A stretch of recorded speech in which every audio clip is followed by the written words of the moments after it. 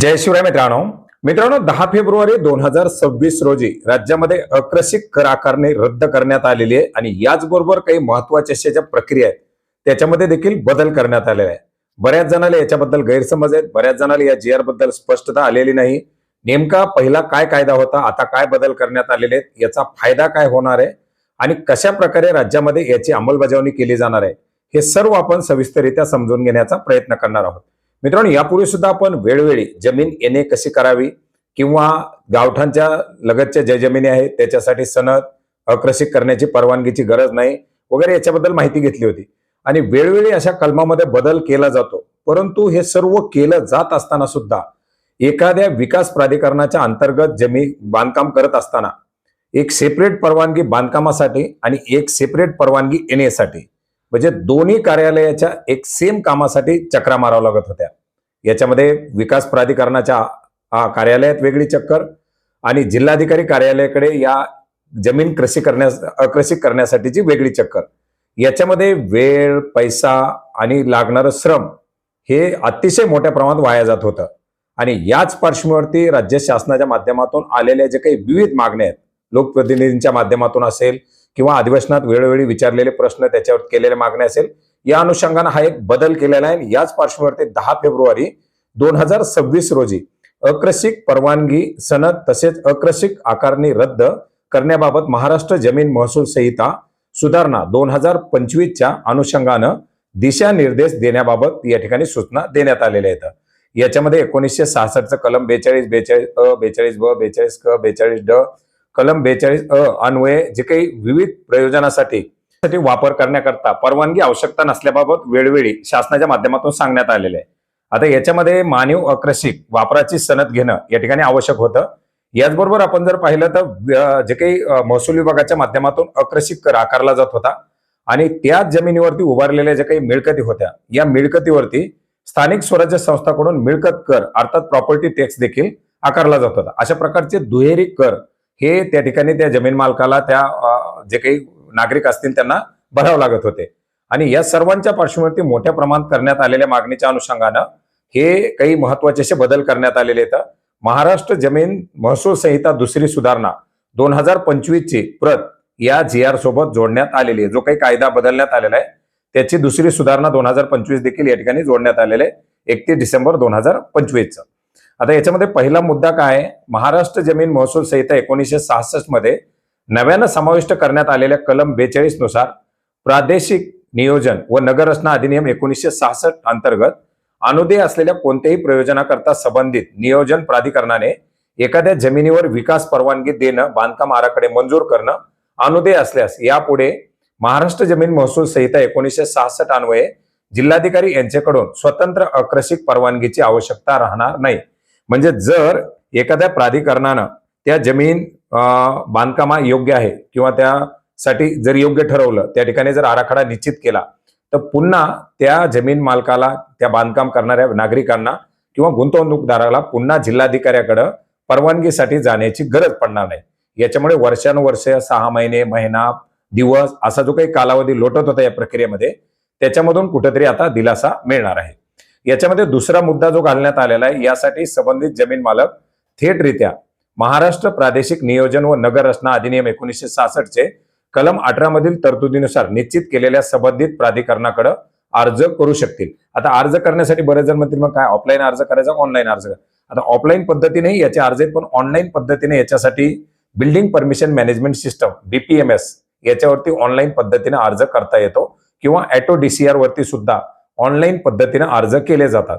हे जे काही BPMS किंवा ऑटो DCR वरचे जे अर्ज येतात, याच्यामध्ये तुमची पूर्ण कागदपत्राची छाननी वगैरे प्रक्रिया पार पडल्यानंतर त्या प्रक्रियेबद्दल सुद्धा आपण माहिती घेऊ. पुढे तुमच्या 7/12ला देखील याची ऑटोमॅटिकली नोंद लागते, त्याच्याबद्दल आपण पुढे माहिती घेणार आहोत. आता याच्यामध्ये महत्वाचा असा जो मुद्दा आहे ना, मुद्दा नंबर 3 आणि मुद्दा नंबर 4.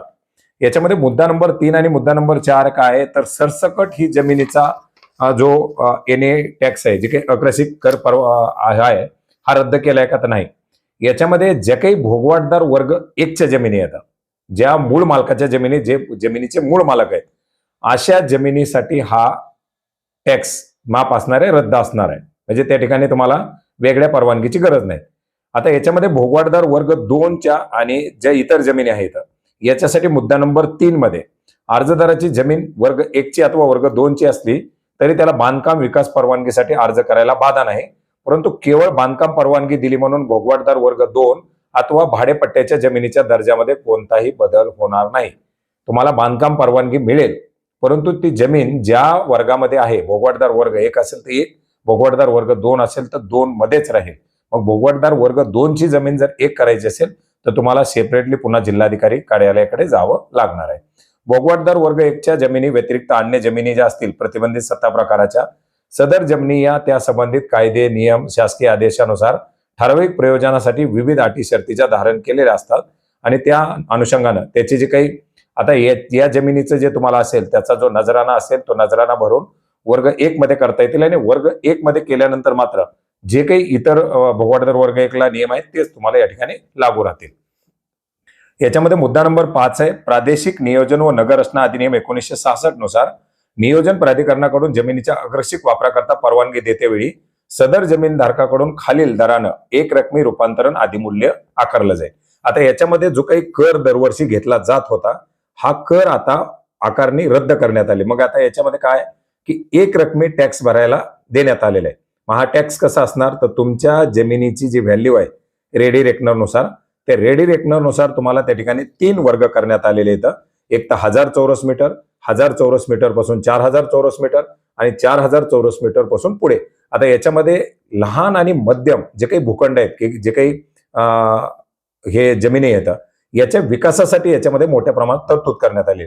कारण जे 1000 चौरस मीटर पर्यंतचे जे काही क्षेत्र असतील याला चालू बाजार मूल्याच्या 0.10% एवढा एक दर आकारला जाणार, एक रकमी रक्कम आकारली जाणार. अतिशय एक छोटीशी रक्कम म्हणाय आणि 1000 ते 4000 पर्यंत 0.25% आणि 4000 पेक्षा जास्त 0.50% एवढा कर या ठिकाणी एक रकमी आकारला जाणार आहे. वरील प्रमाणे प्राप्त होणाऱ्या रूपांतरण अधिमूल्याची विभागणी सदर कार्यक्षेत्राशी संबंधित स्थानिक स्वराज्य संस्था शासन यांच्यामध्ये खाली नमूद केल्याप्रमाणे करण्यात येईल. आता संबंधित अ वर्ग महानगरपालिका कार्यक्षेत्रात शासनात प्राप्त होणाऱ्या रूपांतरण अधिमूल्यापैकी 30% रूपांतर अधिमूल्याची रक्कम ही संबंधित अ वर्ग महानगरपालिकेला जाईल. आता कुणाला कसे काय पैसे जाणार आहे तो सरकारचा प्रश्न आहे, कारण ते सरकारच्या तिजोरीत जाणार आहे. मध्ये महानगरपालिकेला ते नगरपालिकेला वगैरे वगैरे त्यांची ती कशी वाटणी केली जाईल त्याच्यामध्ये सांगण्यात आलेलं आहे. याच्यानंतर 7 नंबर मध्ये काय आहे की प्राप्त होणारा जो शासनाचा हिस्सा आहे तो कुठे GRAS प्रणाली मार्फत महसूल विभागाच्या 0029 जमीन महसूल या लेखा शीर्षकाखाली जमा केला जाईल. तो पुढे कशा प्रकारे खर्च करायचा किंवा कुणाला द्यायचा ते त्यांनी निश्चित केलेलं आहे. 8 नंबरचा मुद्दा आहे की महाराष्ट्र प्रादेशिक नियोजन व नगर रचना अधिनियम 1966 अनुदेय असलेल्या परवानगी बांधकाम रेखांकन आराखडे मंजूर केल्यास महाराष्ट्र जमीन महसूल संहिता 1966 अन्वये स्वतंत्र अग्रसिक परवानगीची आवश्यकता राहणार नसल्याने सदर जमिनीवरती कोणत्याही बँक वित्तीय संस्थामार्फत कोणत्याही प्रकारचे कर्ज वा अन्य सुविधा उपलब्ध करून देण्यासाठी अग्रसिक वापराच्या संधीची आवश्यकता नाही. म्हणजे तुम्हाला कुठल्याही वित्तीय संस्थाकडून बँकेकडून जर त्या जमिनीवरती बांधकामासाठी किंवा इतर विकास करण्यासाठी जर कर्ज घ्यायचं असेल तर त्या NA करण्याची गरज मागितली जाणार. आपण पाहिलं तर NA किंवा सनद या बाबी बँकेत मागितल्या जातात, त्याची आता आवश्यकता राहणार नाही. याच्यामध्ये महाराष्ट्र प्रादेशिक नियोजन नगर रचना अधिनियम 1966 नियोजन प्राधिकरणाकडून जमिनीवर विकास बांधकाम परवानगी दिल्यानंतर BPMS ऑटो DCR किंवा शासनाने वेळोवेळी निश्चित केलेल्या प्रणालीद्वारे व 712 डिजिटल 712 संगणकीय प्रणालीमध्ये समन्वय साधून, आता जसं मी सुरुवातीला सांगितलं की तुम्ही या BPMS वरती ऑटो DCR वरती अर्ज केल्यानंतर पुढे आता हा अर्ज करायचा आहे. याची अर्जाची प्रक्रिया मी तुम्हाला थोडक्यात सांगतो. हा अर्ज केला जाईल. अर्ज केल्यानंतर आवश्यक ती कागदपत्र द्यावी लागतील. त्याच्यानंतर तुम्हाला जे काही हे एक रकमी मूल्य असणार आहे ते तुमचं कॅल्क्युलेशन करून सांगितलं जाईल रेडी रेकनरच्या दरानुसार 0.10%, 0.25%, 0.50% त्या भूखंडाच्या आकारानुसार ते मूल्य आणि कागदपत्र दिल्यानंतर पुढे तुम्हाला त्याची परवानगी दिली जाईल आणि परवानगी दिल्यानंतर साइड बाय साइड ऑटोमॅटिक त्याच विंडोच्या माध्यमातून तुमच्या 712ला सुद्धा तशा प्रकारची नोंद येणार आहे. संबंधित तहसीलदार यांना स्वतंत्ररित्या याबाबत सूचित केलं जाईल आणि जे ते म्हणजे ऑनलाईन प्रणाली जर अस्तित्वात नसेल तर. आता याच्या पुढे बिनशेती मिळालेल्या झालेल्या मिळकतीवरती दरवर्षी आकारला जाणारा आकर्षित कर आकारण्यात येऊ नये सदर सुधारणेच्या दिनांकापर्यंत दरवर्षी आकारला जाणारा थकीत अकृषी कर वसूल करण्यापासून सूट देण्यात आलेली आहे. ज्या मिळकती दिनांक 31/12/2001 रोजी किंवा त्यापूर्वी बिनशेती झाल्या त्या मिळकतीवर दरवर्षी आकारल्या जाणाऱ्या अकृषिक कराऐवजी 2001च्या चालू वार्षिक दर विवरणपत्रानुसार निर्धारित केलेल्या जमिनीच्या चालू बाजार मूल्याच्या अर्थात रेडी रेकनर दराच्या महाराष्ट्र जमीन महसूल संहिता 166 कलम 47 मध्ये टप्प्यानुसार व दराने अधिमूल्याची रक्कम सदर शासन निर्णय निर्गमित झाल्यापासून 1 वर्षाच्या आतमध्ये भरणं त्या मिळकत धारकाला बंधनकारक असणार आहे. आणि जर याच्यामध्ये जर काही उशीर झाला तर रक्कम दंडासह व्याजासह वसूल करण्यात येईल.